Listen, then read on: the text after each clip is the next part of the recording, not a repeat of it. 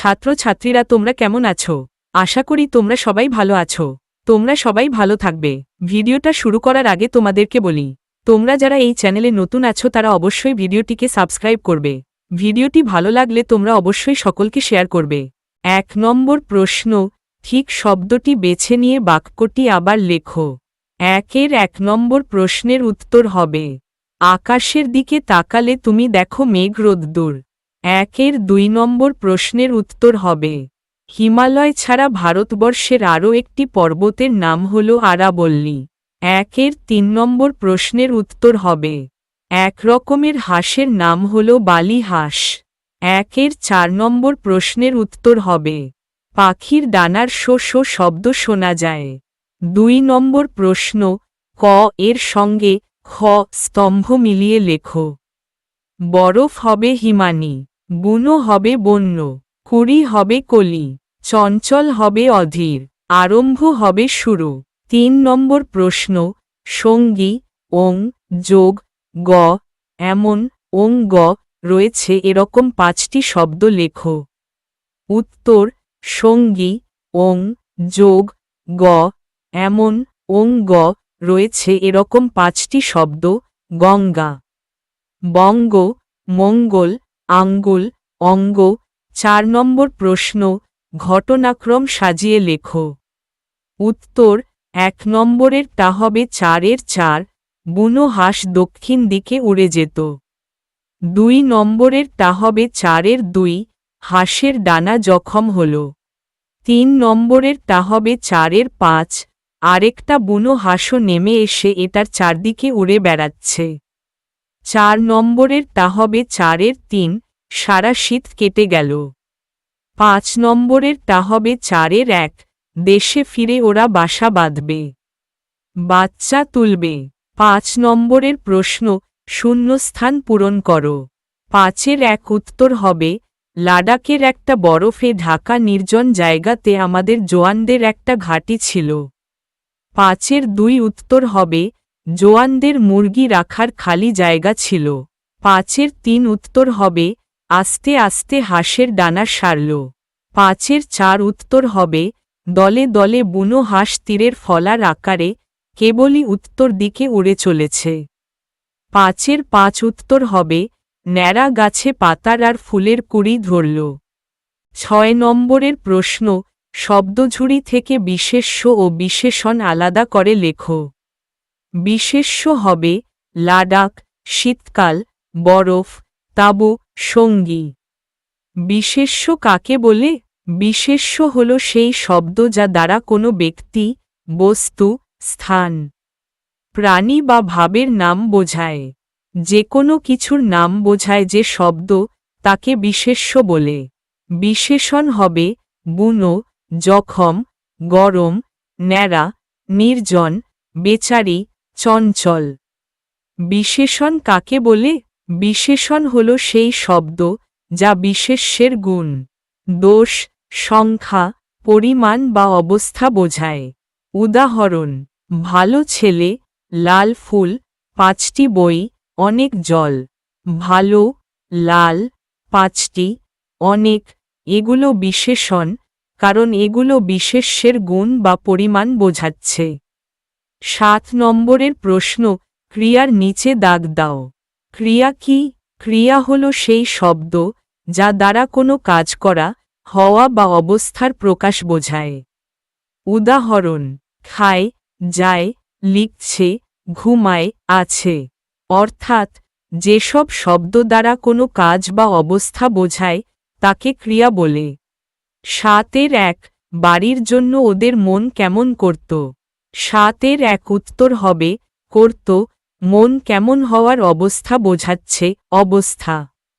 ৭ পাখিরা আবার আসতে আরম্ভ করল।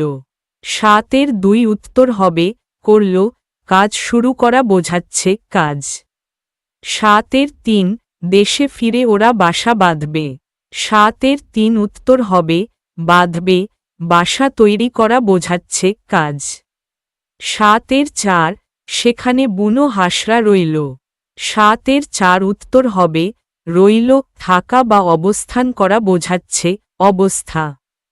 7-5 নিরাপদে তাদের শীত কাটে। 7-5 উত্তর হবে কাটে, সময় পার হওয়া বোঝাচ্ছে কাজ বা অবস্থা। 8 নম্বর প্রশ্ন, বাক্য বাড়াও। 8-1 একদিন একটা বুনো হাঁস দল ছেড়ে নেমে পড়ল। কোথায় নেমে পড়ল? 8-1 উত্তর হবে একদিন একটা বুনো হাঁস দল ছেড়ে নিচে একটা ঝোপের উপর নেমে পড়ল। 8-2 ওরা গরম দেশে শীত কাটিয়ে আবার ফিরে যাচ্ছে। কোথায় এবং কখন ফিরে যাচ্ছে? 8-2 উত্তর হবে ওরা গরম দেশে শীত কাটিয়ে শীতের শেষে আবার নিজের দেশে ফিরে যাচ্ছে। 8-3 পাহাড়ের বরফ গলতে শুরু করল।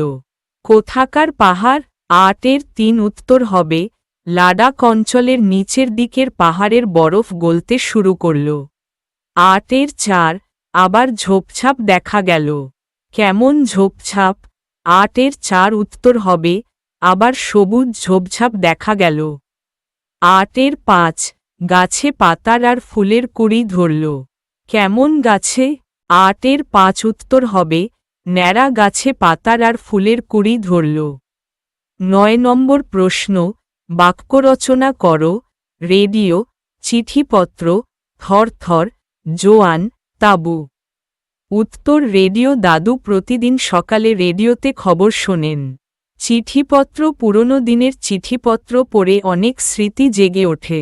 থরথর, ঠান্ডায় সে থরথর করে কাঁপছিল। জোয়ান, দেশের জোয়ানরা সীমান্তে সাহসের সঙ্গে পাহারা দেয়। তাঁবু, তারা জঙ্গলে গিয়ে তাঁবু খাটিয়ে রাত কাটাল। 10 নম্বরের প্রশ্ন, তোমার বইতে যে বুনো হাঁসের ছবি দেওয়া আছে সেটি দেখে আঁকো ও রং করো। এটা তোমরা নিজেরাই করবে। 11 নম্বরের প্রশ্ন, নিচের প্রশ্নগুলির উত্তর নিজের ভাষায় লেখো। 11-1 প্রশ্ন, জোয়ানদের ঘাঁটি কোথায় ছিল? 11-1 উত্তর হবে জোয়ানদের ঘাঁটি লাদাখের একটা বরফে ঢাকা নির্জন জায়গাতে ছিল। 11-2 প্রশ্ন, জোয়ানরা কি কাজ করে? 11-2 উত্তর হবে জোয়ানরা দেশের নিরাপত্তা রক্ষা করে, দেশের শান্তি শৃঙ্খলা বজায় রাখে, বাইরের শত্রু থেকে আমাদের দেশকে রক্ষা করে। 11-3 প্রশ্ন, দুটো বুনো হাঁস দলছুট হয়েছিল কেন? 11-3 উত্তর হবে লীলা মজুমদারের লেখা বুনো হাঁস গল্পে একটা বুনো হাঁসের ডানা জখম হয়ে নিচে নেমে পড়েছিল। আরেকটা বুনো হাঁস তার পেছনে পেছনে নিচে নেমে তার চারিদিকে উড়ে বেড়াচ্ছিল। এইভাবে দুটো বুনো হাঁস দলছুট হয়েছিল।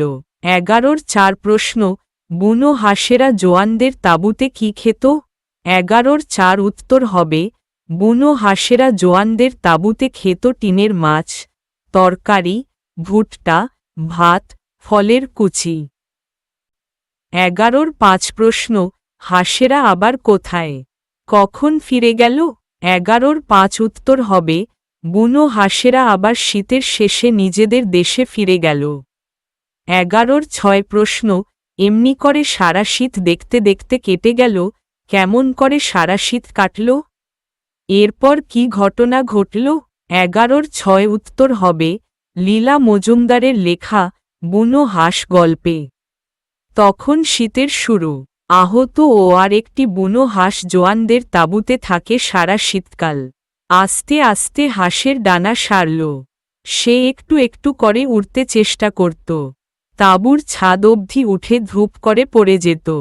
এমনি করে সারা শীত দেখতে দেখতে কেটে গেল। এরপর একদিন পাখিরা আবার আসতে আরম্ভ করল দক্ষিণ থেকে উত্তরে।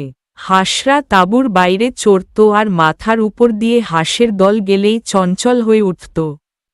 তারপর একদিন জোয়ানরা সকালের কাজ সেরে এসে দেখে হাঁস দুটি উড়ে চলে গেছে। 12 নম্বরের প্রশ্ন, কোনো পশু বা পাখির প্রতি তোমার সহমর্মিতার একটা ছোট্ট ঘটনার কথা লেখো। উত্তর, একদিন স্কুল থেকে ফেরার পথে আমি রাস্তার পাশে একটি ছোট আহত কুকুরছানা দেখতে পাই।